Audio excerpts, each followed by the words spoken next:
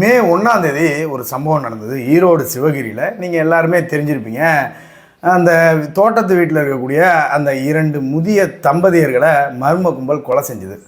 அதற்கு நம்ம அண்ணாமலை அவர்கள் என்ன பண்ணார் அப்படின்னு பார்த்தீங்கன்னா, உடனே 5ஆம் தேதி மே 5ஆம் தேதி சிவகிரிக்கு போய் ஈரோடு சிவகிரிக்கு போய் அந்த பாதிக்கப்பட்ட குடும்பத்தெல்லாம் சந்தித்து ஆறுதல்லாம் சொன்னார்.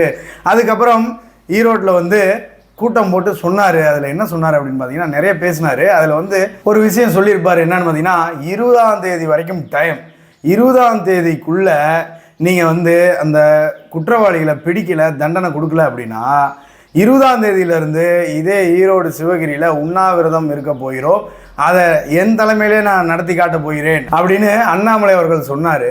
அதுவும் அந்த குற்றவாளிகளுக்கு இந்த உலகமே திரும்பி பார்க்கக்கூடிய அளவில் இருக்கணும் தண்டனை அப்படின்னு சொல்லியிருந்தாரு. உடனே நம்ம காவல்துறை என்ன பண்ணிட்டாங்கன்னு பார்த்தீங்கன்னா, பயங்கரமாக ஒர்க் பண்ணி அந்த குற்றவாளிகளை பிடிச்சிட்டாங்க. எப்போ? நேற்று 19ஆம் தேதி பிடிச்சிட்டாங்க. 20ஆம் தேதி அவர் டைம் சொல்லியிருந்தார். 19ஆம் தேதியை பிடிச்சிட்டாங்க. அவர் சொன்ன டைமுக்குள்ளேயே அந்த குற்றவாளிகளை பிடிச்சிட்டாங்க. நம்ம தமிழக காவல்துறைக்கு ஒரு பாராட்டுகள்.